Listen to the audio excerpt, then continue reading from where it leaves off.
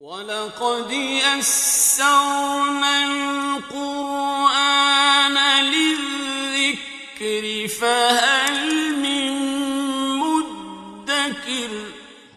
الحمد لله رب العالمين والصلاة والسلام على أشرف الأنبياء والمرسلين، أما بعد فأعوذ بالله من الشيطان الرجيم من همزه ونفخه ونفثه. بسم الله الرحمن الرحيم. رب اشرح لي صدري ويسر لي أمري واحلل عقدة من لساني يفقه قولي. اللهم انفعنا بما علمتنا وعلمنا ما ينفعنا وزدنا علما. فبشر عباد الذين يستمعون القول فيتبعون أحسنه. أولئك الذين هداهم الله وأولئك هم أولو الألباب. أعوذ بالله من الشيطان الرجيم. يا أيها الذين آمنوا إذا ناجيتم الرسول فقدموا بين يدي نجواكم صدقة، ذلك خير لكم وأطهر، فإن لم تجدوا فإن الله غفور رحيم. أأشفقتم أن تقدموا بين يدي نجواكم صدقات، فإذ لم تفعلوا وتاب الله عليكم فأقيموا الصلاة وآتوا الزكاة وأطيعوا الله ورسوله، والله خبير بما تعملون. ألم تر إلى الذين تولوا قوما غضب الله عليهم ما هم منكم ولا منهم ويحلفون على الكذب وهم يعلمون. أعد الله لهم عذابا شديدا إنهم ساء ما كانوا يعملون. اتخذوا أيمانهم جنة فصدوا عن سبيل الله فلهم عذاب مهين. لن تغني عنهم أموالهم ولا أولادهم من الله شيئا، أولئك أصحاب النار هم فيها خالدون. يوم يبعثهم الله جميعا فيحلفون له كما يحلفون لكم ويحسبون أنهم على شيء، ألا إنهم هم الكاذبون. استحوذ عليهم الشيطان فأنساهم ذكر الله، أولئك حزب الشيطان، ألا إن حزب الشيطان هم الخاسرون. إن الذين يحادون الله ورسوله أولئك في الأذلين. أعوذ بالله من الشيطان الرجيم.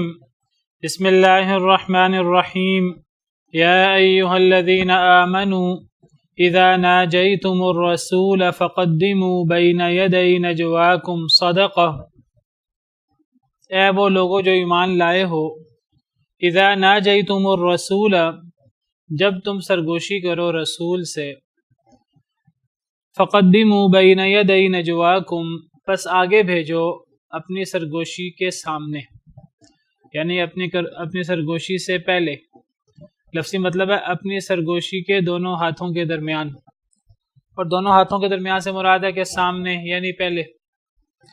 اے ایمان والو، جب تم رسول سے سرگوشی کرو، نبی کریم صلی اللہ علیہ وسلم سے، تو سرگوشی کرنے سے پہلے آگے بھیجو صدقہ.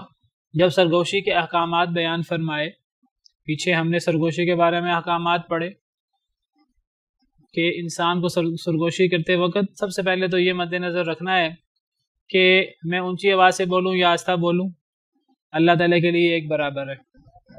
2 لوگ ہیں، 3 لوگ ہیں، 5 لوگ ہیں، تھوڑے ہیں، زیادہ ہیں، جتنے بھی ہیں، جتنے بھی ہوں گے اللہ ان کے ساتھ ہوگا، اپنی سماعت، اپنی بصارت کے ساتھ، اپنے علم کے ساتھ۔ اللہ نے ہر شے کا احاطہ کیا ہوا ہے، اللہ ہر شے کو جانتے ہیں۔ اگر ایک انسان گناہ کی سرگوشی کرے، زیادتی کی، رسول کے نافرمانی کی، تو ایسی سرگوشی جائز نہیں ہے، ایسی سرگوشی نہیں ہو سکتی۔ ہاں نیکی اور تقوی کی سرگوشی ہو سکتی ہے، لیکن اس کے بھی کچھ احکام ہیں، کچھ تفصیلات ہیں کہ کسی مسلمان بھائی کو بدظنی نہ ہو کہ میرے بارے میں ہو رہی ہے، اور اس طرح کی مزید تفصیلات۔ اب یہاں نبی کریم صلی اللہ علیہ وسلم سے سرگوشی کرنے کے آداب بیان ہو رہے ہیں کہ اگر کسی نے نبی کریم صلی اللہ علیہ وسلم سے الگ تھلگ کوئی بات کرنی ہو، سرگوشی کرنی ہو، تو اسے سرگوشی سے پہلے صدقہ کرنا ہوگا۔ مسلمان نبی کریم صلی اللہ علیہ وسلم سے سرگوشی کرنا، آپ سے کوئی مسئلے مسائل پوچھنا، الگ میں سب کے سامنے بھی اور الگ میں بھی پوچھنا پسند کرتے تھے، اور وہ چاہتے تھے کہ نبی کریم صلی اللہ علیہ وسلم سے بات چیت کریں، جتنا زیادہ ان کو موقع ملے نبی کریم صلی اللہ علیہ وسلم کے ساتھ بیٹھنے کا، جلوت میں، خلوت میں، تو وہ اس کو اپنے لیے باعث سعادت سمجھتے تھے۔ لیکن ان کے لیے تو یہ چیز بڑی باعث سعادت، ان کی نبی کریم صلی اللہ علیہ وسلم سے محبت کی دلیل تھی، لیکن نبی کریم صلی اللہ علیہ وسلم کی ایک اپنی زندگی بھی تھی، ایک آپ کی نبوی زندگی تھی، ایک آپ کی گھریلو زندگی تھی، تو آپ کو کبھی اس سے پریشانی بھی ہوتی تھی۔ پھر صرف یہی نہیں، آپ سے محبت کرنے والے منافق قسم کے لوگ، وہ اپنے آپ کو زیادہ مومن ثابت کرنے کے لیے، بعض لوگ جو ہیں وہ زیادہ اپنے آپ کو دیندار اور زیادہ اپنے آپ کو متقی ثابت کرنے کے لیے وہ نبی کریم صلی اللہ علیہ وسلم کے ساتھ زیادہ جڑ کر بیٹھتے اور آپ سے زیادہ سوال کرنے کی کوشش کرتے، اور سوال بھی الگ تھلگ ہو کر یہ ثابت کرنے کے لیے کہ انہیں دین کا بڑا شوق ہے، اور وہ تو علم حاصل کرنے کا بڑا ہی شوق رکھتے ہیں۔ حالانکہ ان کی کیفیت کیا ہے وہ اللہ تعالیٰ نے بیان کر دی، سورہ محمد میں ہم پیچھے پڑھ آئے ہیں کہ نبی کریم صلی اللہ علیہ وسلم کی جب مجلس ہوتی ہے، جب نبی کریم صلی اللہ علیہ وسلم لوگوں کو اللہ کی باتیں بتاتے ہیں، قرآن کریم کی، حدیث مبارکہ کی، تو جب وہ اس مجلس سے اٹھتے ہیں انہیں پتہ ہی نہیں ہوتا اس مجلس میں بات کیا ہوئی ہے۔ لوگوں سے پوچھتے ہیں کہ ماذا قال آنفا، کہ ابھی کیا بات کہی تھی نبی صلی اللہ علیہ وسلم نے، لیکن لوگوں کو دکھانے کے لیے، اپنے آپ کو بڑا متقی اور بڑا علم حاصل کرنے کا شوقین ثابت کرنے کے لیے، دیندار ثابت کرنے کے لیے، وہ نبی کریم صلی اللہ علیہ وسلم سے سوال کرتے اور الگ ہو کر سوال کرتے، تو اس سے نبی کریم صلی اللہ علیہ وسلم کو تکلیف بھی ہوتی۔ تو اللہ تعالیٰ نے نبی کریم صلی اللہ علیہ وسلم کا دھیان رکھتے ہوئے یہ شرط عائد کر دی کہ اگر نبی سے سرگوشی کرنی ہے تو پہلے صدقہ کرنا ہوگا، تاکہ صدقہ کرنا کوئی سزا نہیں ہے کسی کے لیے، صدقہ کرنا ایک نیکی ہے، نبی سے بات کرنا ایک بہت بڑی سعادت ہے۔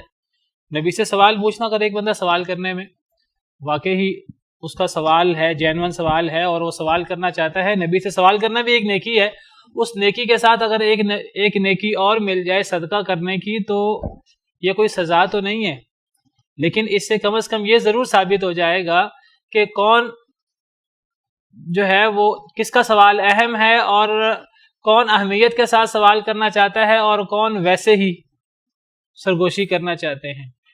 اس سے یہ چیز ضرور کلیئر ہو جائے گی۔ تو اس لیے اللہ تعالیٰ نے نبی کریم صلی اللہ علیہ وسلم سے سرگوشی کرنے میں صدقہ رکھ دیا کہ جو بہت اہم سوال کرنا چاہے گا تو وہ اس سے پہلے صدقہ کر دے۔ اللہ نے کوئی پابندی نہیں لگائی کہ صدقہ اتنا کرنا ہے، اتنا کرنا ہے، کوئی بھی صدقہ کر لو، تھوڑا کر لو، زیادہ کر لو، لیکن کم از کم یہ پتہ لگے کہ تم کوئی عام سی بات نہیں کرنے لگے، تم کوئی اہم بات کرنے لگے ہو، اس بات کی کوئی نہ کوئی اہمیت ہے۔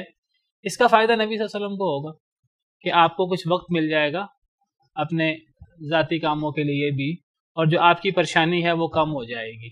تو اللہ تعالیٰ نے نبی کریم صلی اللہ علیہ وسلم سے سرگوشی کے لیے صدقہ رکھ دیا۔ جی نہیں، یہاں تو پیسے مراد ہیں، یہاں کوئی صدقہ کیا جائے۔ فقدموا بین یدی نجواکم صدقہ، بس آگے بھیجو یہ حکم ایسے منسوخ ہو چکا ہے، ابھی ہم پڑھیں گے آگے، تو یہ شروع میں حکم تھا. بس آگے بھیجو اپنی سرگوشیوں کے سے پہلے صدقہ، سرگوشی کرنے سے پہلے صدقہ کرو. دیکھیے کتنا واضح حکم ہے. اس سے اس کا فائدہ کیا ہے آپ کو سمجھ آ رہی ہے کہ جو بندہ اہمیت کے ساتھ سرگوشی کرنا چاہے گا وہ کرے گا. یعنی یہ چیز ایک اہم ہے. نبی صلی اللہ علیہ وسلم کا وقت جو ہے وہ بڑا قیمتی وقت ہے. ذالک خیر لکم واطہر، یہ تمہارے لیے بہتر بھی ہے اور پاکیزہ بھی ہے. بہتر کیوں ہے؟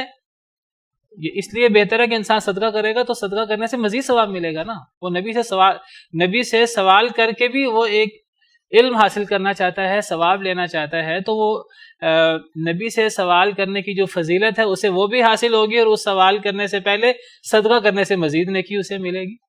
یہ اس کے لیے مزید بہتر ہوگا. یہ تو نیکی سے پہلے ایک اور نیکی ہے، اور یہ پاکیزہ بھی ہے، یہ چیز بہتر بھی ہے. اس سے علماء نے استدلال کیا کہ جب یہ حکم تھا، اگرچہ صیغہ امر کا ہے، تو ذالک خیر لکم واطہر سے پتہ لگا کہ یہ حکم فرض درجے کا نہیں تھا، واجب درجے کا نہیں تھا، یہ مستحب حکم تھا. جب یہ حکم تھا اب تو یہ حکم ختم ہو چکا. اب تو نبی کریم صلی اللہ علیہ وسلم موجود نہیں ہے، ہمیں یہ سعادت حاصل نہیں ہے کہ نبی کریم صلی اللہ علیہ وسلم موجود ہوں. تو اللہ کے پاس جا چکے ہیں، لیکن نبی صلی اللہ علیہ وسلم کی زندگی میں یہ حکم ختم ہو چکا تھا، جیسے اگلی آیت میں آ رہا ہے. لیکن جب یہ حکم موجود تھا کچھ عرصہ کے لیے یہ حکم رہا، نبی کریم صلی اللہ علیہ وسلم کے لیے آسانی ہو گئی، اور جو بلا وجہ کے سوالات تھے وہ بھی ختم ہو گئے.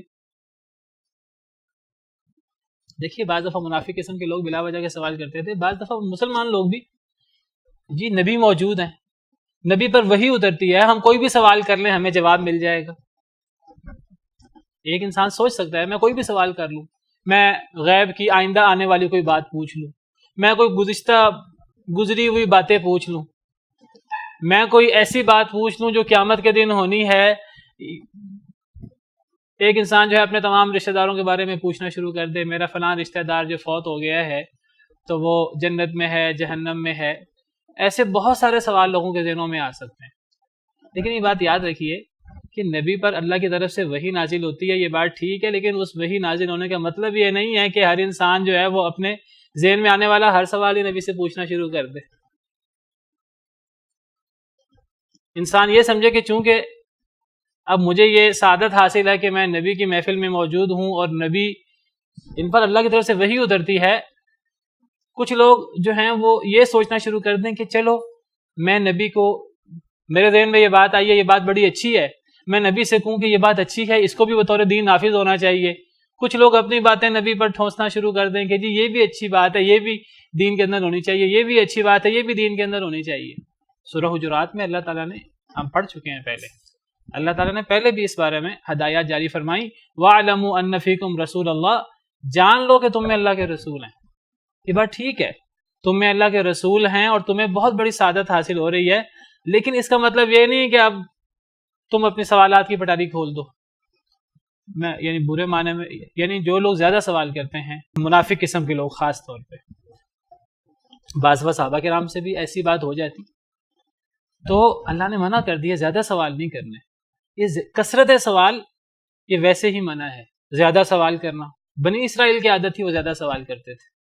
ام تریدون ان تسألوا رسولکم کما سئل موسیٰ من قبل، سورہ بقرہ میں، کیا تم چاہتے ہو اپنے رسول سے اس طرح سوال کرو جس طرح بنی اسرائیل موسیٰ علیہ السلام سے سوال کرتے تھے.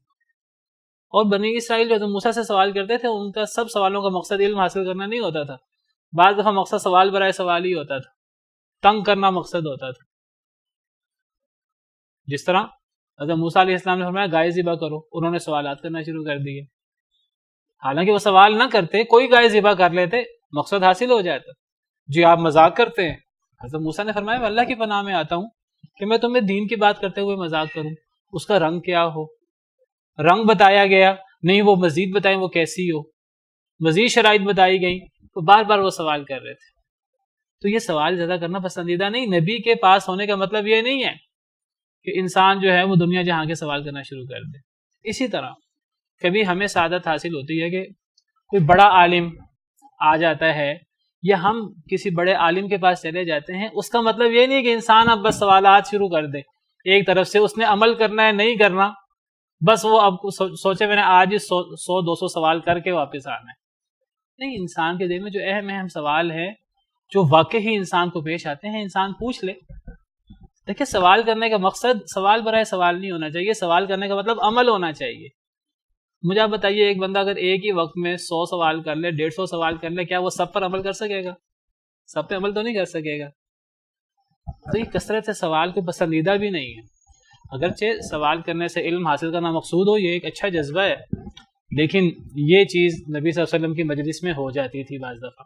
تو اللہ نے فرمایا کہ تمہارے لیے بہتر ہے اور پاکیزہ ہے کہ تم نبی سے سرگوشی سے پہلے صدقہ کر لو تاکہ یہ چیز کم ہو جائے. اور اس کا فائدہ ہوا، یہ چیز کم ہو گئی.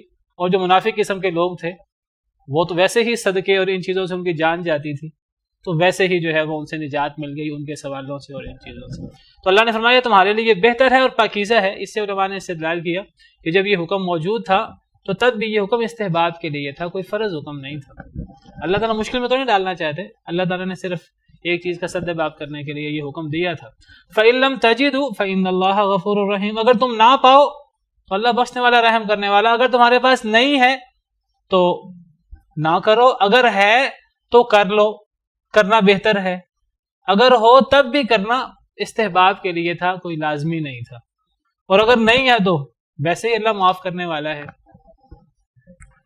اَأَشْفَقْتُمْ أَن تُقَدِّمُوا بَيْنَ يَدَيْ نَجْوَاكُمْ صَدَقَاتٍ. کیا تم ڈر گئے ہو یہ کہ تم آگے بھیجو اپنی سرگوشیوں کے سامنے، اپنی سرگوشیوں سے پہلے صدقات صدقے. کیا تم ڈر گئے ہو کہ نبی سے سرگوشی کرنے سے پہلے صدقہ کرو، تمہیں صدقہ کرنا مشکل لگنا شروع ہو گیا ہے تو چلو تمہارے لیے آسانی کر دیتے ہیں. فَإِذْ لَمْ تَفْعَلُوا. پس جب تم نے نہ کیا، وَتَابَ اللَّهُ عَلَيْكُمْ. اور اللہ نے تم پر رجوع فرمایا، اللہ نے تم پر توجہ فرمائی تم پہ آسانی کرنے کے لیے.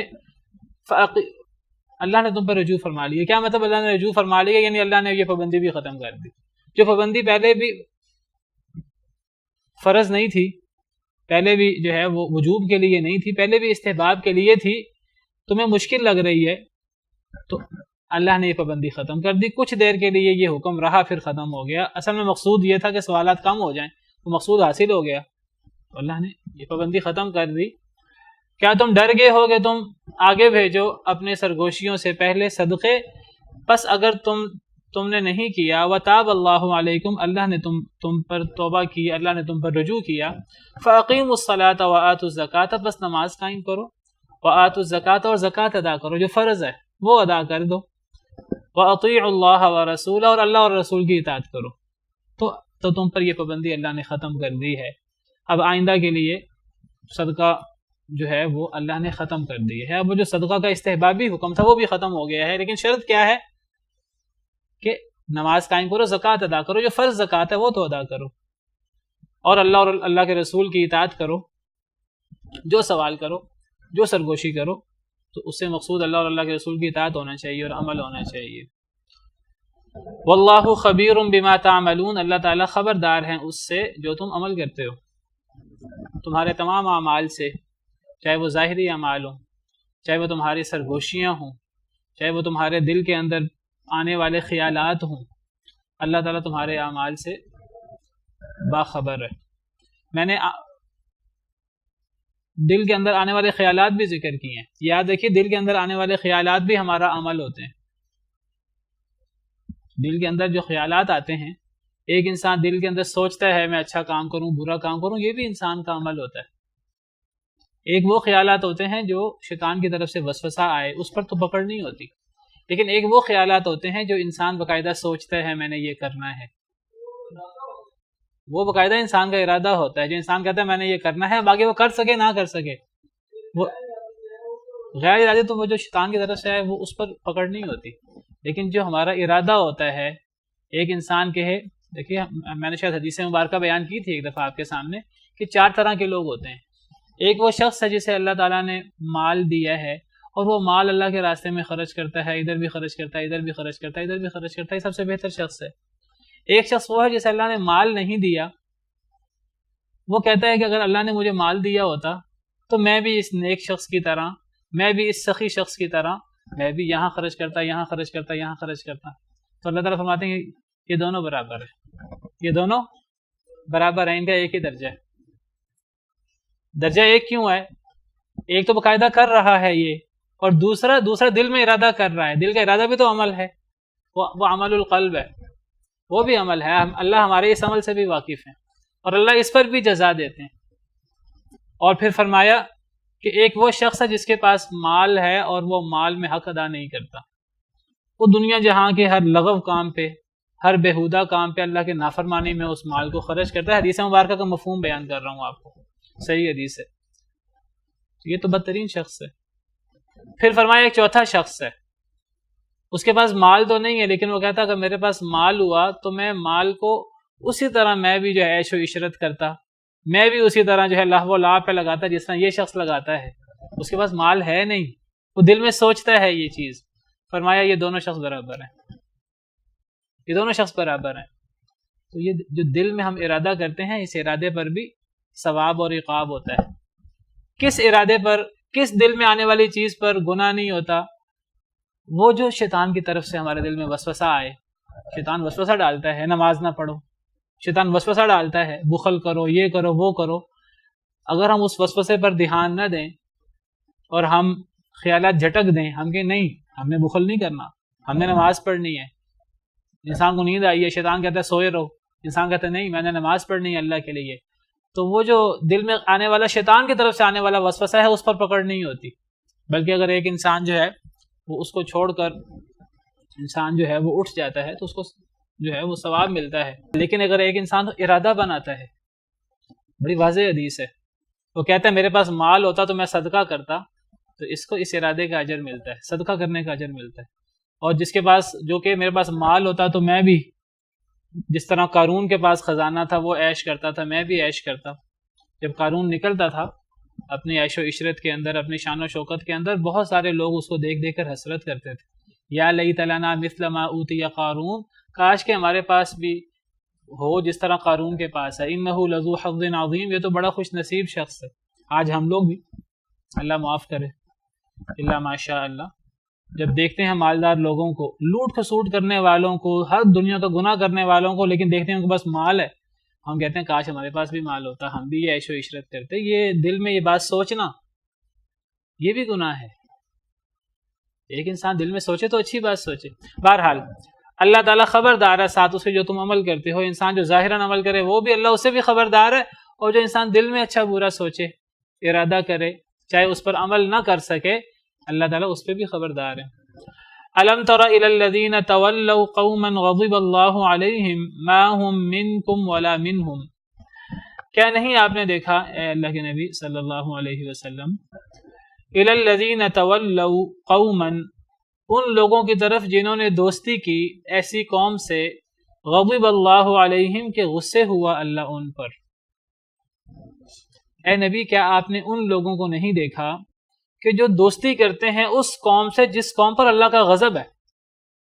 والعیاذ باللہ، اللہ کا غضب، اللہ کا غصہ کتنا خطرناک ہے انسان کے لیے. جس شخص پر اللہ غصے ہو جائے اس کے لیے کیا بچتا ہے؟ کچھ بھی نہیں بچتا. اس کی دنیا بھی تباہ، آخرت بھی تباہ. جس پر اللہ کا غضب ہو جائے، جو مغضوب علیہ ہو جائے، جس پر اللہ غضبناک ہو جائے، جس اللہ پر سہارا ہے واحد، اس اللہ کے علاوہ تو کسی کا سہارا بھی نہیں ہو سکتا. اگر وہ اللہ ہی ناراض ہو جائے، وہ اللہ ہی غضبناک ہو جائے، پھر کیا بچتا ہے؟ کچھ بھی نہیں بچتا. والعیاذ باللہ. پتہ لگا کہ اللہ بھی غضبناک ہوتے ہیں، اللہ بھی رحمت کرتے ہیں، اللہ بھی خوش ہوتے ہیں، اور اللہ بھی غضبناک ہوتے ہیں. یہ اللہ کی صفات ہیں، اور اللہ کی ان صفات میں کوئی نقص نہیں ہے. یہ نہیں سمجھنا چاہیے کہ اگر ہم یہ کہیں گے کہ اللہ تعالیٰ ناراض ہوتے ہیں تو یہ کوئی صفت نقص ہے. ناراض تو دنیا کے لوگ ہوتے ہیں، ناراض ہونا تو بری بات ہے. نہیں، ناراض ہونا ہمیشہ بری بات نہیں ہوتی. کئی دفعہ ناراض ہونا بالکل جائز ہوتا ہے، بالکل عدل و انصاف ہوتا ہے کہ کسی سے ناراض ہوا جائے. کسی کا عمل اس قابل ہوتا ہے کہ اس پر ناراضگی بالکل عین انصاف ہوتی ہے. اور اللہ ناراض ہوتے ہیں، بالکل ہوتے ہیں، اور اللہ کے لیے ناراض ہونا کوئی صفت نقص نہیں ہے. یہ نہ سمجھیے کہ جس طرح ہم غصے میں آ کر اپنے حواس پہ قابو نہیں رکھتے اور ہم ہیجان میں آ جاتے ہیں اور ہم ہر شے کو تہس نہس کرنا چاہتے ہیں، اللہ کا غصہ بھی اس طرح ہوتا ہے۔ اللہ کا غصہ اس طرح نہیں ہوتا ولیعاذ باللہ۔ یہ تو ہم انسان ہیں، ہم ناقص ہیں، ہمارا غصہ جو ہے وہ ہم غصے کے اندر بے قابو ہو جاتے ہیں۔ اللہ کا غصہ اس طرح نہیں ہوتا۔ اللہ تعالیٰ عدل کرنے والے ہیں، اللہ تعالیٰ غصے کے اندر بے قابو نہیں ہوتے۔ اللہ کا غصہ اللہ کے کنٹرول میں ہوتا ہے، لیکن اللہ غصہ کرتے ہیں۔ جس طرح اللہ محبت کرتے ہیں اس طرح اللہ غصہ بھی کرتے ہیں، جس طرح اللہ رحمت کرتے ہیں، خوش ہوتے ہیں، اس طرح اللہ ناراض بھی ہوتے ہیں۔ غصہ کرنا بھی اللہ کی مبارک صفت ہے، ناراض ہونا بھی اللہ کی صفت ہے۔ سخط اللہ علیہم قرآن میں اللہ کی ناراضگی کا ذکر بھی ہے۔ تو ان صفات کو اللہ کے لیے عیب نہیں سمجھنا چاہیے، یہ نہیں سمجھنا چاہیے کہ یہ تو انسان ہوتا ہے، اگر اللہ کے لیے یہ صفات مان لی تو پھر اللہ کی صفات انسانوں کی صفات کی طرح، اللہ کی صفات اللہ کی مخلوق کی صفات کی طرح ہو جائیں گی، یہ تو مشابہت آ جائے گی۔ نہیں، مشابہت نہیں آتی۔ انسان کہے کہ بھئی ہم اگر غصہ کرتے ہیں، ہم غلط چیز پر بھی غصہ کر سکتے ہیں، ہمارا غصہ بے قابو بھی ہو سکتا ہے، ہمارا غصہ حد سے بڑھ کر بھی ہو سکتا ہے۔ ممکن ہے ایک چیز پر زیادہ غصہ کرنا صحیح نہ ہو اور ہم زیادہ غصہ کر بیٹھیں، ہم ایسا کر سکتے ہیں، لیکن اللہ کے حق میں ہم یہ سوچ بھی نہیں سکتے۔ اللہ کا غصہ ہمارے غصے کی طرح نہیں ہے۔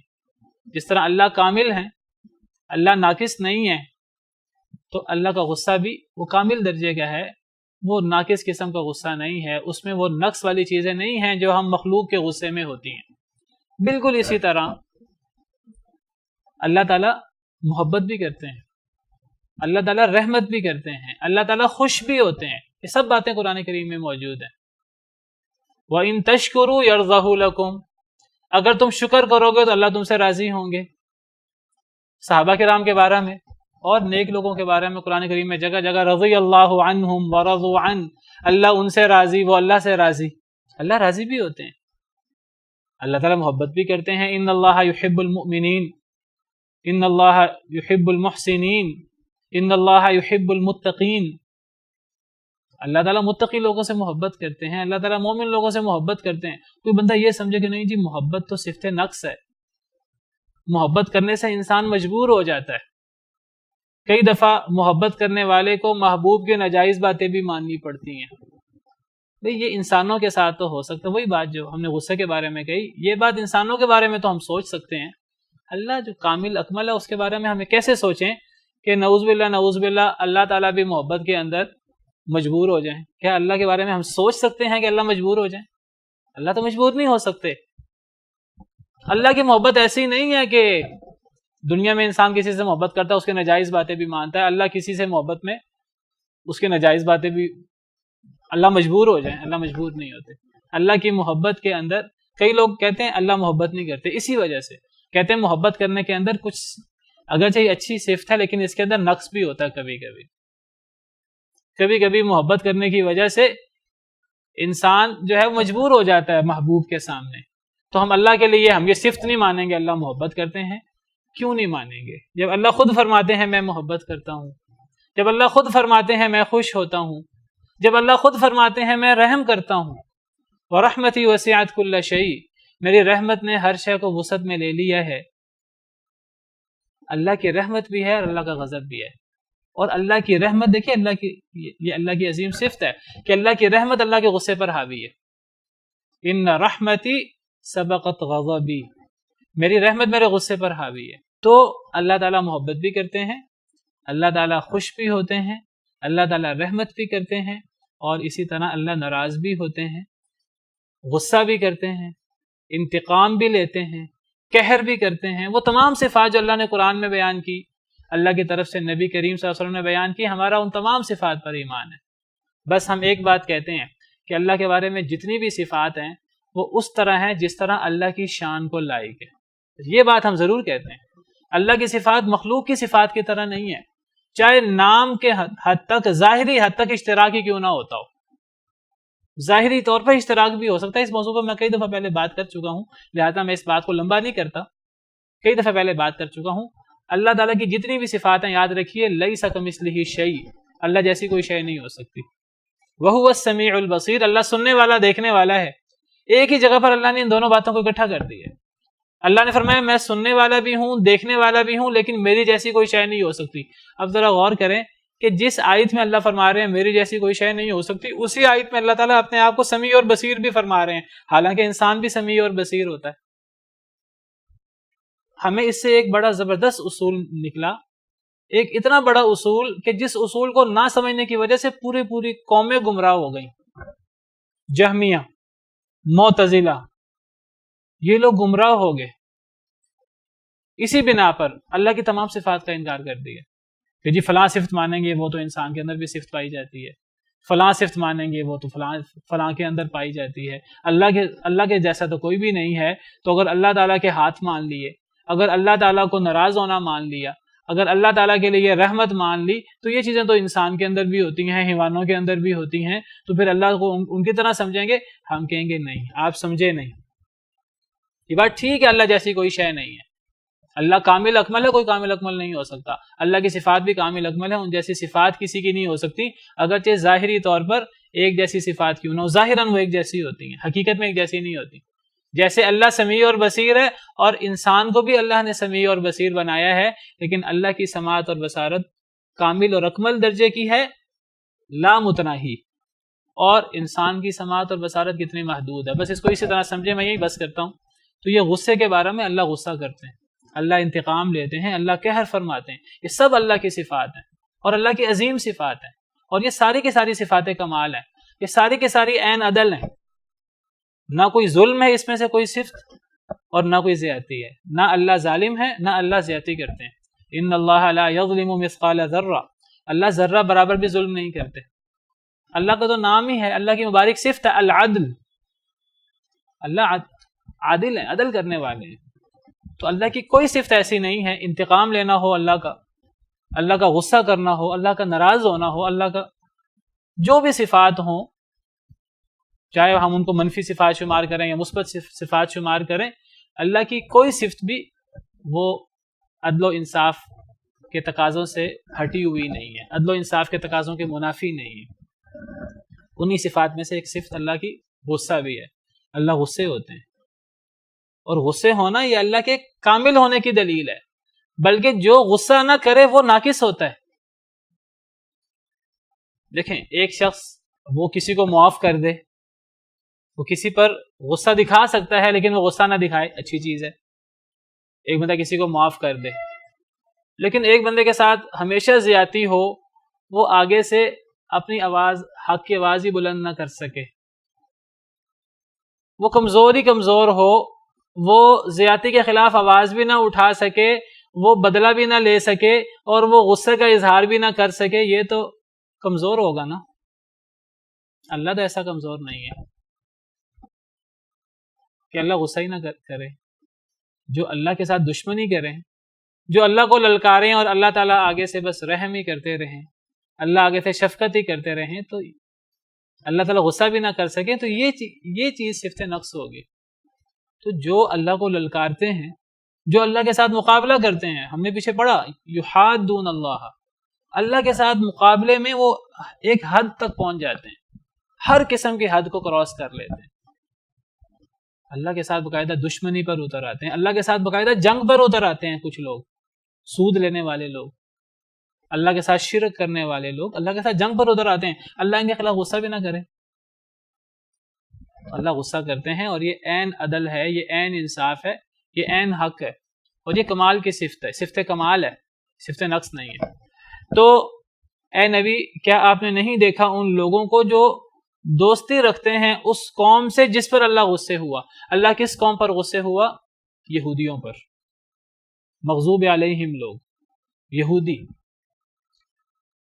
ضربت علیہم الذلۃ اینما ثقفوا الا بحبل من اللہ وحبل من الناس وباؤوا بغضب من اللہ کے غصے کے ساتھ لوٹے، فباؤوا بغضب علی غضب، ایک دفعہ اللہ کا غصہ ان پر نہیں ہوا، غضب در غضب ان پر ہوا۔ ان کے کرتوت ہی ایسے، اور یہ چیز صرف یہودیوں کے ساتھ نہیں ہے، جو بھی ان جیسا ہوگا، جو بھی ان کے طرح کے اعمال رکھے گا، اللہ اس پہ غصہ کریں گے۔ تو بہرحال یہاں یہودی مراد ہے۔ کیا آپ نے ان لوگوں کو دیکھا جو اس قوم سے دوستی کرتے ہیں؟ کیا آپ نے ان لوگوں کو نہیں دیکھا جو اس قوم سے دوستی کرتے ہیں جن پر اللہ غصے ہوا. یہ وہ قوم کون سی قوم ہے جس پر اللہ غصے ہوا؟ یہودی. اور اس مغضوب علیہم قوم سے کون دوستی کرتا ہے؟ منافق. منافق لوگ. یہودیوں کے پاس روپے پیسہ مال ہوتا تھا. یہ اس دور کی بات ہے جب ابھی یہودیوں کو جلا وطن نہیں کیا گیا تھا مدینہ منورہ سے. ابھی وہ مدینہ منورہ میں موجود تھے. یہ مدنی سورت ہے، سورہ مجادلہ. اور ابھی یہودی کچھ باقی تھے مدینہ منورہ میں، ابھی سب جلا وطن نہیں ہوئے تھے. تو ان کے پاس دنیاوی مال و دولت، زراعت اور روپے پیسہ ان کے پاس کافی ہوتا تھا. وہ سود لیتے تھے، ویسے بھی ساہوکار تھے. تو منافق قسم کے لوگ دیکھا اسلام کا غلبہ ہو رہا ہے، ظاہراً کلمہ پڑھ لیا. جب دیکھا کہ یہودی مالدار ہیں، یہودیوں سے مفادات لینے کے لیے یہودیوں کے ساتھ مل گئے. یہودیوں سے کہا ہم تمہارے ساتھ ہیں، مسلمانوں سے کہا ہم تمہارے ساتھ ہیں. تو اے اللہ کے نبی صلی اللہ علیہ وسلم، کیا آپ نے ان لوگوں کو نہیں دیکھا جو اس قوم سے دوستی کرتے ہیں، یعنی منافقوں کو نہیں دیکھا جو اس قوم سے دوستی کرتے ہیں جن پر اللہ کا غصہ ہوا، جن پر اللہ کا غضب ہوا، یعنی یہودیوں سے وہ دوستی کرتے ہیں. اس سے ایک تو یہودیوں کے بارے میں پتہ لگا اللہ ان پر کتنے غضبناک ہے، اور اس سے پتہ لگا کہ جو لوگ ان مغضوب علیہم لوگوں سے دوستی کریں اور ان کی خوشنودی حاصل کرنے کی کوشش کریں وہ کتنے اللہ کے نافرمان ہیں. یہودیوں سے دوستی کرنا اور یہودیوں کے ایجنٹ بننا یہ کتنی ناپسندیدہ بات ہے. ایسے لوگ کتنے غلط ہوتے ہیں اور کتنے اللہ کے نافرمان ہوتے ہیں. کیا آپ نے ان لوگوں کو نہیں دیکھا جو اس قوم سے دوستی کرتے ہیں جن پر اللہ غضبناک ہوا؟ ما ہم منکم ولا منہم، یہ لوگ نہ تم میں سے ہیں نہ ان میں سے ہیں.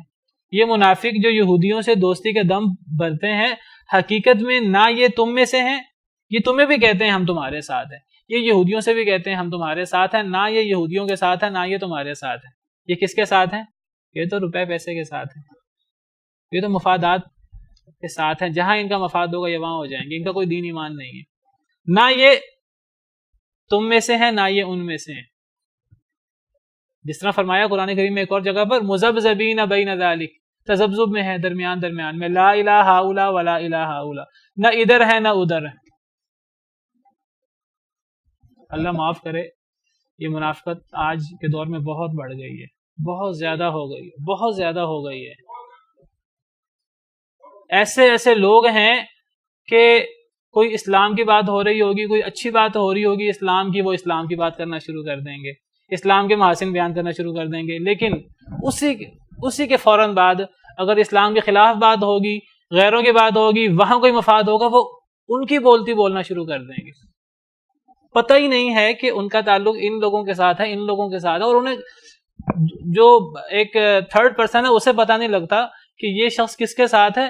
اس کو چھوڑیں تیسرے بندے کو، اس بندے کو خود نہیں پتا ہوتا میں کس کے ساتھ. وہ خود تذبذب میں ہوتا ہے، وہ خود حیران و پریشان ہوتا ہے کہ میں کس کے ساتھ ہوں. وہ خود نہیں فیصلہ کر رہا ہوتا کہ میرا اصل تعلق کس کے ساتھ ہے. وہ اس ایمان اس کے دل میں نہیں ہوتا. کوئی مسلمانوں کی اچھی بات نظر آئے وہ بات شروع کر دیتا ہے، کوئی غیروں کی اچھی بات نظر آئے وہ غیروں کی بات شروع کر دیتا ہے. کبھی غیروں کے ساتھ ہو جاتا ہے، اللہ کے دشمنوں کے ساتھ، کبھی اللہ کے دوستوں کے ساتھ ہو جاتا ہے. یہ تو کوئی ایمان نہ ہوا، یہ گمراہی ہے کہ ایک انسان تذبذب میں ہو. گمراہی ہے بہت بڑی. مذبذبین بین ذلک لا الہ ہؤلاء ولا الہ ہؤلاء، یہ تذبذب میں ہے، درمیان میں ہے، بین ہے، نہ ادھر نہ ادھر. ومن یضلل اللہ فلن تجد له سبیلا. اللہ فرماتے ہیں جسے اللہ گمراہ کر دے، یہ گمراہ لوگ ہیں جنہیں پتہ ہی نہیں حق کیا ہے، یہ گمراہ لوگ ہیں. اور جسے اللہ گمراہ کر دے اس کے لیے آپ کوئی رستہ نہیں پائیں گے. پتہ لگا انسان کو یک رخا ہونا چاہیے، انسان کو ایک طرف ہونا چاہیے. ایسے منافقوں سے وہ لوگ بہتر ہیں جو ایک طرف ہے، چاہے کفر کی طرف ہی کیوں نہیں ہے. کم از کم ان کی زبان تو ایک ہے، کم از کم ان کی بات تو ایک ہے. منافقوں سے وہ بہتر ہیں. ان منافقوں کے بارے میں اللہ تعالیٰ فرماتے ہیں ان المنافقین فی الدرک الاسفل من النار. یہ منافق لوگ جہنم کے سب سے نچلے گڑھے میں ہیں. یہ دوغلے لوگ ہیں، ان کے دو چہرے ہیں. ان سے بہتر تو کافر ہے جن کا کم از کم ایک چہرہ ہے، جو دشمنی کرتے ہیں، ڈنکے کی چوٹ پہ دشمنی کرتے ہیں. یہ تو ڈنگ مارنے والے لوگ ہیں، یہ تو نقصان پہنچانے والے لوگ ہیں، دھوکے سے نقصان پہنچاتے ہیں. ما ہم منکم ولا منہم، نہ یہ تم میں سے ہیں نہ یہ ان میں سے ہیں. وَيَحْلِفُونَ عَلَى الْكَذِبِ، یہ جھوٹ پر قسمیں اٹھاتے ہیں، جھوٹی قسمیں اٹھاتے ہیں. وہم یعلمون، حالانکہ جانتے ہیں ہم جھوٹ بول رہے ہیں، لیکن ڈرتے نہیں ہیں اللہ تعالیٰ سے، جھوٹی قسمیں اٹھا لیتے ہیں، قسم اٹھا کر کہتے ہیں ہم تمہارے ساتھ ہیں، ہم نے تو غلط ارادہ نہیں کیا، ہم نے تو اچھا ارادہ کیا تھا، حالانکہ ان کا ارادہ غلط ہوتا ہے۔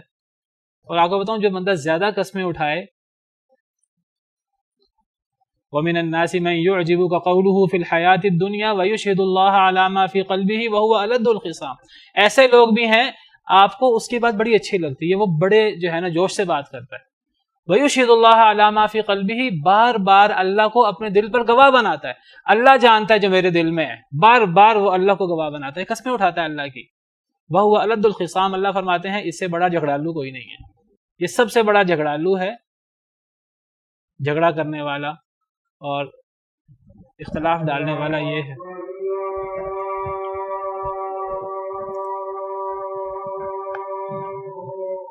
فرمایا اعد اللہ لہم عذابا شدیدا، تیار کر رکھا ہے اللہ نے ان کے لیے بڑا سخت عذاب، بڑا ہی سخت عذاب ہے ایسے منافقین کے لیے جو دوغلے ہیں، جو جھوٹی قسمیں اٹھاتے ہیں، ان کو پتہ ہے کہ وہ جھوٹ بول رہے ہیں، لیکن جھوٹی قسمیں اٹھا اٹھا کر اپنے آپ کو مسلمان کہتے ہیں، اللہ نے ان کے لیے بڑا سخت عذاب تیار کر رکھا ہے۔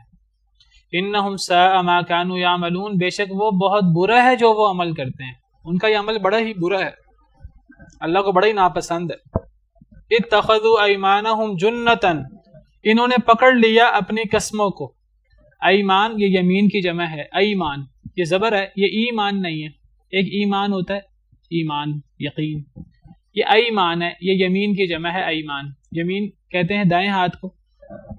پرانے زمانے میں جب لوگ قسم اٹھاتے تھے تو ہاتھ اٹھا کر، دایاں ہاتھ اٹھا کر قسم اٹھاتے تھے، تو یمین دایاں ہاتھ یا قسم، اور اس کے جمع ایمان۔ انہوں نے پکڑ لیا اپنی قسموں کو جنتاً ڈھال، یہ قسموں کو ڈھال کی طرح استعمال کرتے ہیں۔ کیسے ڈھال کی طرح؟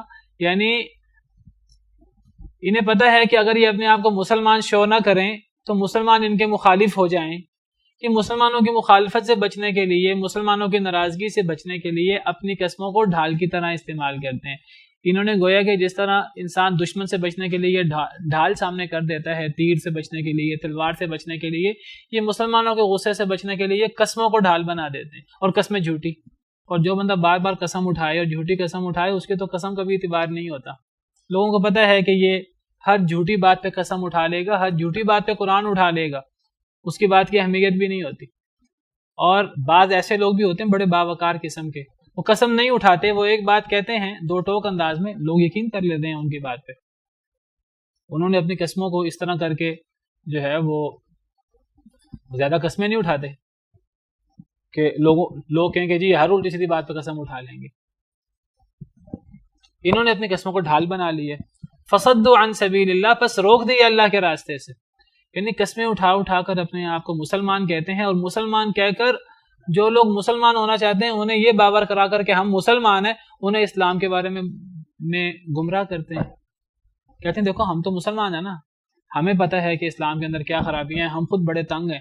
ایک بندہ مسلمان ہونا چاہے تو اس کا ذہن خراب کرتے ہیں، انہیں اللہ کے دین سے دور کرتے ہیں، اللہ کے رسے سے دور کرتے ہیں۔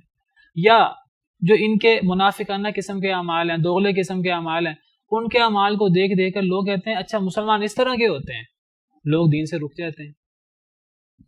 تو انہوں نے لوگوں کو اللہ کے رستے سے بھی روک دیا ہے۔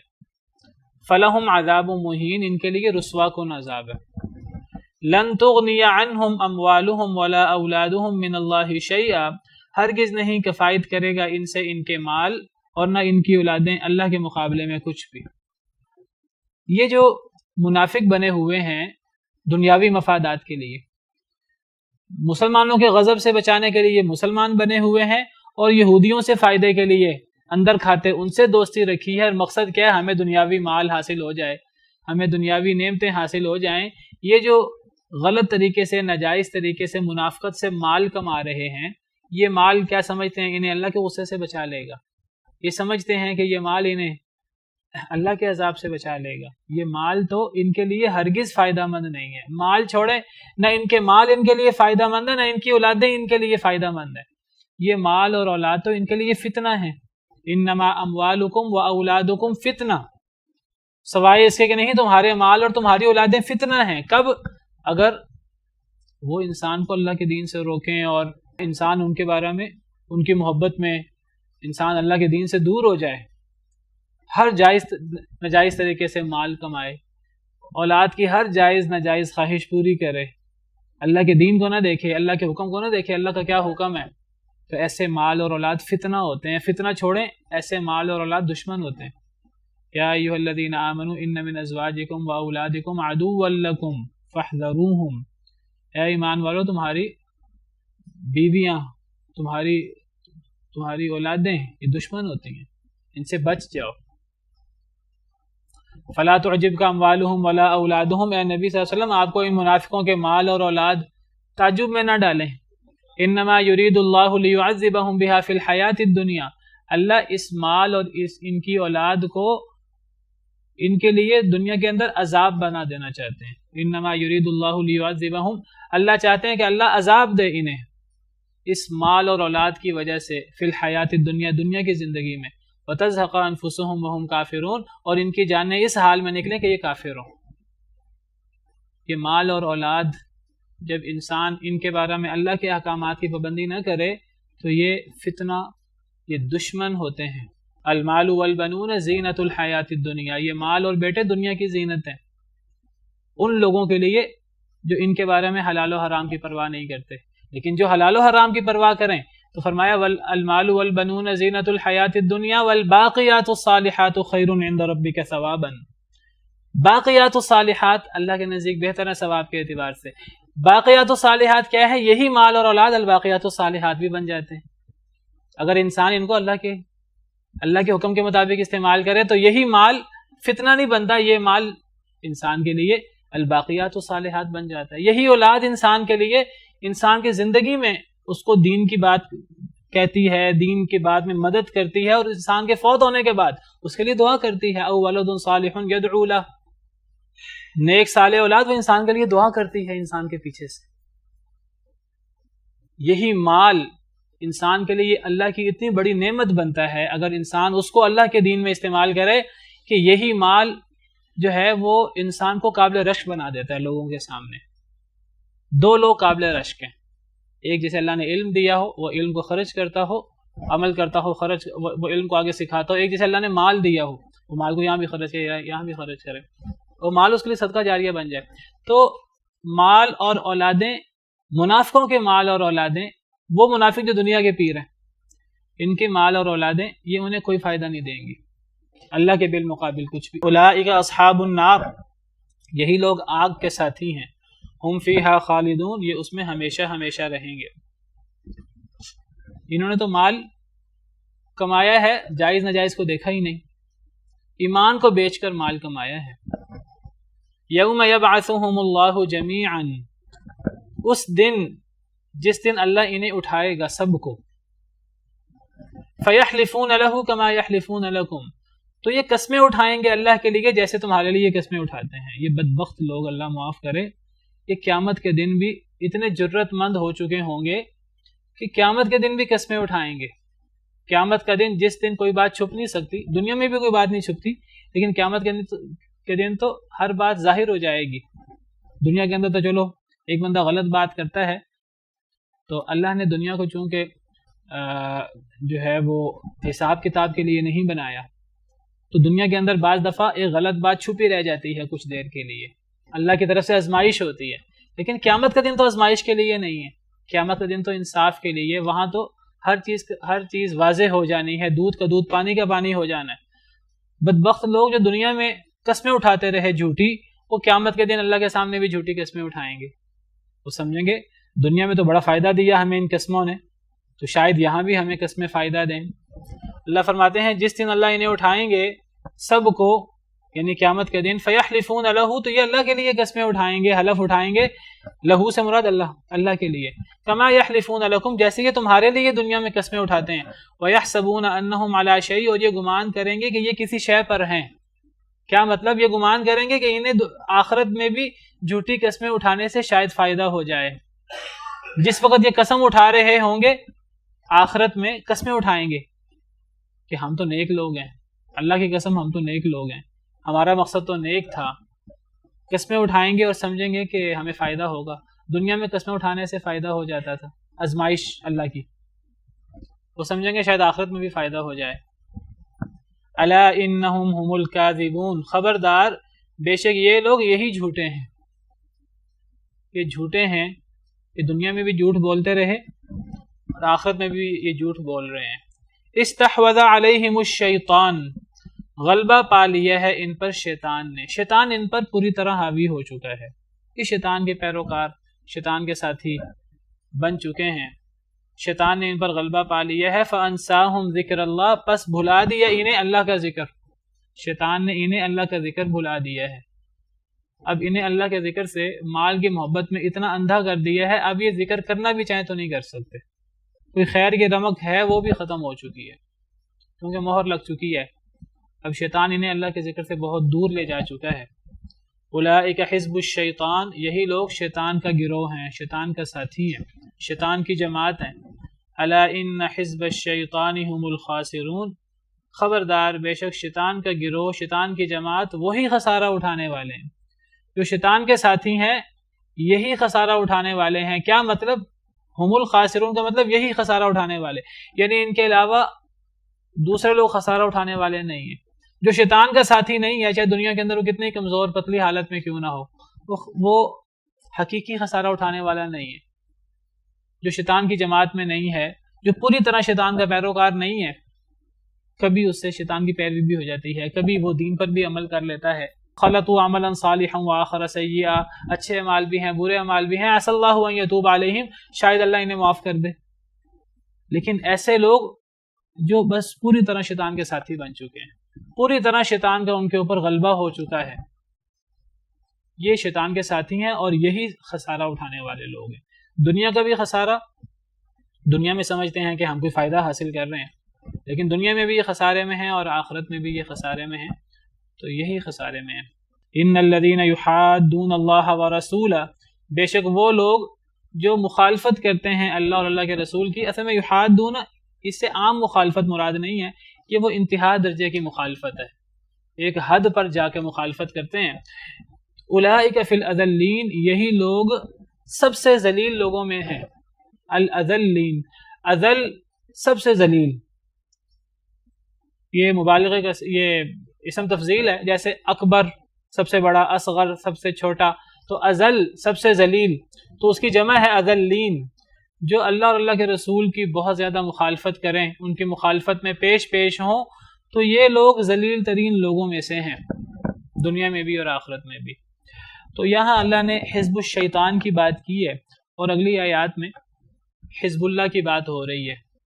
یہ کافر لوگ، یہودی، عیسائی اور ان کا ساتھ دینے والے، ان سے دوستی کرنے والے منافق لوگ، یہ حزب الشیطان ہے، شیطان ان پہ حاوی ہو چکا ہے، تو حزب الشیطان خسارہ اٹھانے والے ہیں۔ اور ایک ہیں اللہ والے، جو اللہ کے لیے سب کچھ تن من دھن قربان کرنے والے، جن کا ذکر اگلی آیات میں انشاءاللہ آئے گا، وہ حزب اللہ ہیں، اور ان کے لیے اللہ کے کیا انعامات ہیں وہ انشاءاللہ ہم کل پڑھیں گے۔ سبحان ربک رب العزت عما یصفون وسلام علی المرسلین والحمد للہ رب العالمین۔